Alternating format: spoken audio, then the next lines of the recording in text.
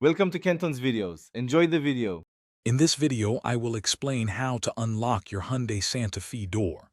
First, try your key fob.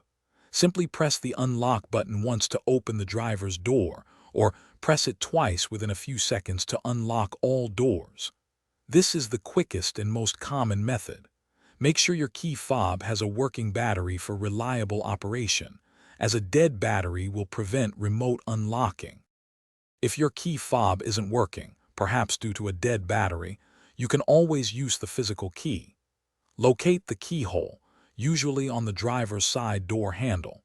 Insert the key fully and turn it clockwise to manually unlock the door. This reliable method bypasses any electronic issues and is effective even if your car's main battery is completely depleted. For a modern solution, consider using Hyundai's BlueLink remote services. If you have an active subscription, you can use the BlueLink smartphone app to remotely unlock your Santa Fe's doors from almost anywhere.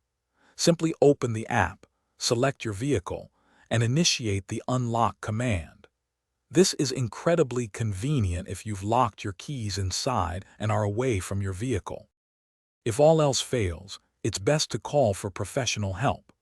Roadside assistance services can often send a technician to safely open your door without causing damage.